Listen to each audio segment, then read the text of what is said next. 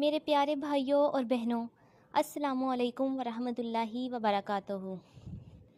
امید کرتی ہوں اللہ کے فضل و کرم سے آپ سب ٹھیک ہوں گے۔ جن بہن بھائیوں نے ابھی تک ہمارا چینل سبسکرائب نہیں کیا، ان سے درخواست ہے کہ ہمارے چینل کو سبسکرائب کریں اور لائک کریں۔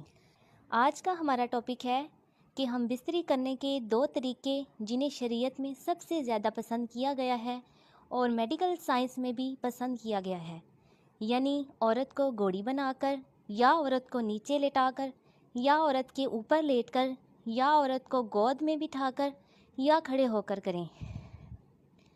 یہ آج ہم ڈسکس کریں گے۔ میرے پیارے بھائیوں، میں اپنے چینل میں سب کچھ کھل کر بیان کرتی ہوں تاکہ سب کو میری بات کی سمجھ آ جائے۔ ویسے تو عورت کے ساتھ جس طرح چاہیں ہم بستری کر سکتے ہیں، لیکن اس بات کا خیال رکھیں کہ جگہ صحیح ہو، یعنی شرمگاہ سے، یعنی اگلے راستے سے ہم بستری کرنے کا طریقہ جو چاہیں آپ اسے جیسے چاہیں استعمال کر سکتے ہیں۔ جیسے عورت کو گھوڑی بنا لیں، چاہے اسے کھڑا کر لیں، چاہے اسے گود میں بٹھا لیں، چاہے اس کے اوپر لیٹ جائیں، چاہے اسے نیچے لٹا لیں۔ لیکن شریعت میں جن 2 طریقوں کو زیادہ پسند فرمایا گیا ہے، اس پر عمل کر کے ایک تو مرد عورت کو ہم بستری کرنے کا مزہ آتا ہے اور دوسرا آسانی ہوتی ہے، جن میں سب سے پہلے طریقہ یہ ہے کہ عورت کو سیدھا لٹا کر مرد اس کے اوپر لیٹ جائے اور ہم بستری کریں۔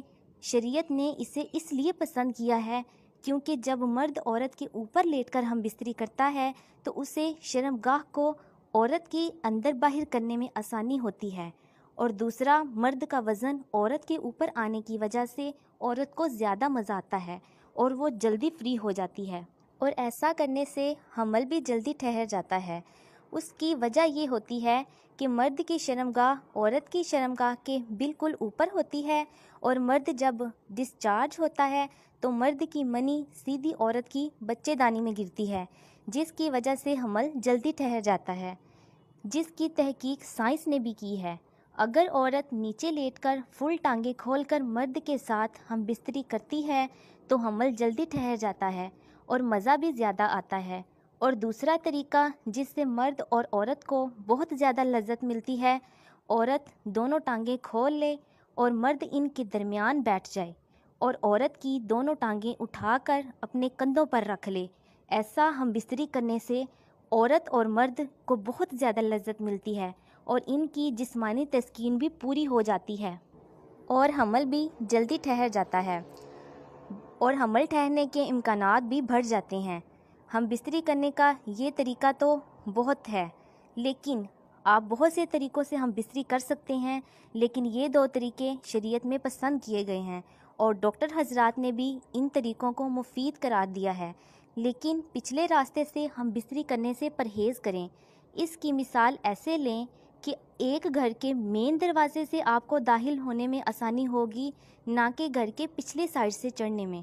سمجھدار انسان تو مین دروازے سے ہی جائے گا۔ اللہ پاک ہر جوڑے کو سلامت رکھے، ان کے پیار میں اضافہ فرمائے اور شیطان کی پناہ سے دور رکھے۔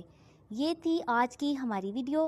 اگر آپ لوگوں کو ہماری ویڈیو پسند آئی ہو تو ہمارے چینل کو سبسکرائب کریں